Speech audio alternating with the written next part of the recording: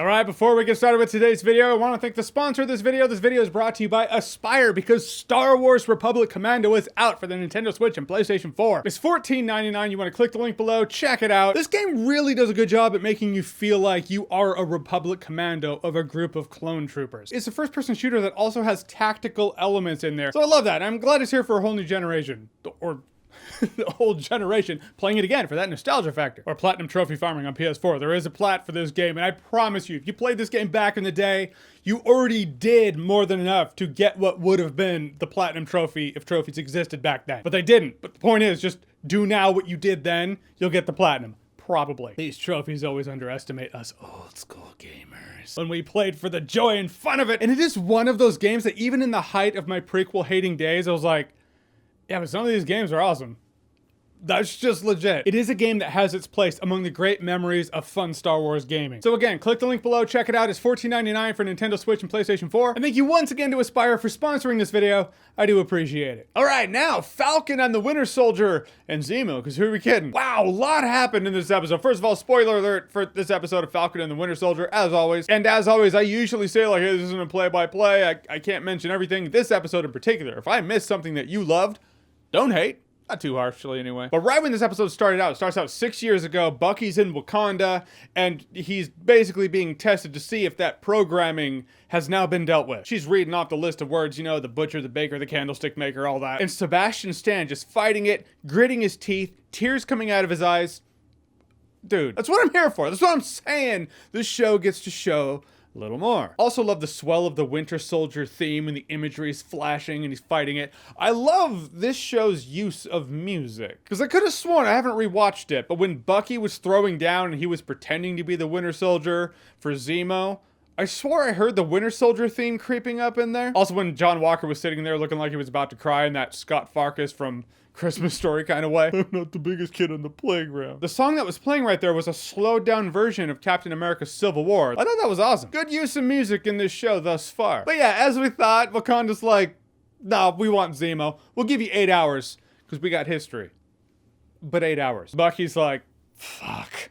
All right. Long story short, they're going after Carly, and Sam actually has a great dialogue with her. And this show's really going for a lot of that, you know, one person's terrorist is another person's freedom fighter kind of perspective. But I did like how Sam was like, dude, I get your fight. I just don't agree with how you're fighting it. I mean, let's be real. You've bombed places, you've killed people. I like the thought experiment of where the line is between, oh, this group's freedom fighter, this group's extremist. Though, there's one moment, I don't think that's what they were doing. I think this moment was just, they were like, this'll track well on Twitter. Is when the Dora Milaje show up to take Zemo. They're like, okay, 8 hours is up. We're taking him now. And John Walker's like, hi, Captain America. You know, he's like douching it up. And he brings up a point. He's like, the Dora Milaje don't have jurisdiction here. In which one of them responds, the Dora Milaje have jurisdiction wherever the Dora Milaje find themselves to be. Which made me be like, wait a minute, is that official Wakanda policy? Huh.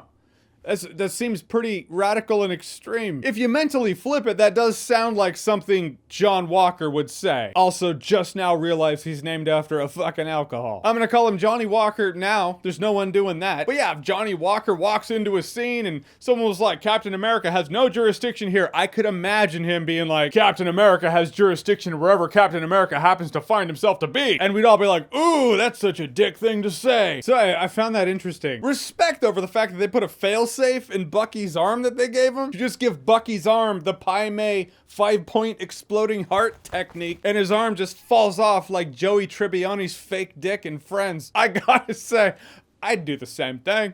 Anyone would. It's like, super soldier / former Hydra death machine. We fixed you. Here's a new arm. Yeah, just, all right, we all know the failsafe. Case this dude snaps. Case we didn't fully fix him. I mean, you gotta have a failsafe. I thought that was pretty smart. You can tell Bucky's like, really? My arm? That's fucked up. Still didn't look quite as crushed as Johnny Walker losing his fight on the playground. And Zemo shows up, man. He starts stepping on those vials like ants, and you know, you're like, there's gonna be one. There's gonna be one that he missed. There is one that he missed that Johnny Walker's like, save this for later. Just in case I lose a fight on the playground. And at first I was kind of confused because Captain Not America, Captain Douche, was just kicking dudes across rooms and throwing the shield into a wall. I mean, at first I was like, oh, he threw the shield into the wall. But vibranium does that? Regardless, it was kind of neat to see him smashing through doors, throwing the shield into a wall, bending a pipe. Dude's like, oh shit, kicks him across the room. Does a superhero landing without even getting a compound fracture. It gets kind of, it's one of those moments in here where when his friend, I mean, dies. I assume he's dead. I mean, it's made to look like he's dead. People live through Marvel shit all the time. Half the universe was vaporized and came back, man. I don't know. Vision's kind of back. He's pretty much Vision again, only not Vision, but he's Vision. Anyhow, Johnny Walker goes into drunken rage. But he chases this dude down and just beats him to death. And by beats him to death, I mean beats his ass and then takes the shield and you're like, oh, here it is. The Homelander moment. And just crushes the shield down on him with a lot of cell phones recording. In which I feel like Johnny Walker legitimately needs Homelander's PR person. Because Homelander's PR person made everyone flip back onto the Homelander's side in season 2. That's what this dude needs. Because I don't know if that'll be the way it goes down in the MCU. Savage imagery, though, with him holding that shield in blood. I was like...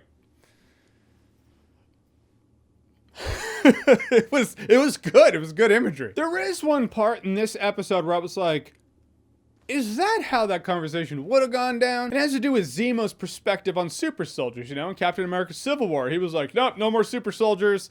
And Avengers, they just need to burn. But in the conversation about super soldier serum and how it corrupts people, and he's like, she's a super soldier. She is on the path to corruption already. And then the hypothesis or observations thrown his way of, well, it didn't corrupt Steve Rogers. And he was like, true. But there's never been another Steve Rogers. But I was like, would you see it that way, though? I feel like that compromises his extremism, you know, his mindset, because he now has to humor the idea that if it happened once, then it could happen again. If someone didn't get corrupted once, well, then there could be another super soldier out there who doesn't get corrupted. Steve Rogers is a contradiction to his entire mindset about super soldiers. I feel like his response would be like, would he not? Because he's still part of the group that killed my family. So yeah, you know, you say he wasn't corrupted, I say it's a matter of perspective. I feel like that's how it might have gone down rather than him being like, yeah, Steve Rogers was awesome. This is how I see it, but regardless, Zemo is still the element that elevated this show for me. Because the way I see it, the show should be called Zemo and his 2 tag-alongs. Zemo and his +1s. So like I said, solid episode, a lot happened. Digging the fact that the episodes are longer than WandaVision. Though I did like the what the fuck is happening intrigue that WandaVision had, and I feel like that kept people coming back more. I feel like with Falcon and the Winter Soldier, people are like, ah, you know,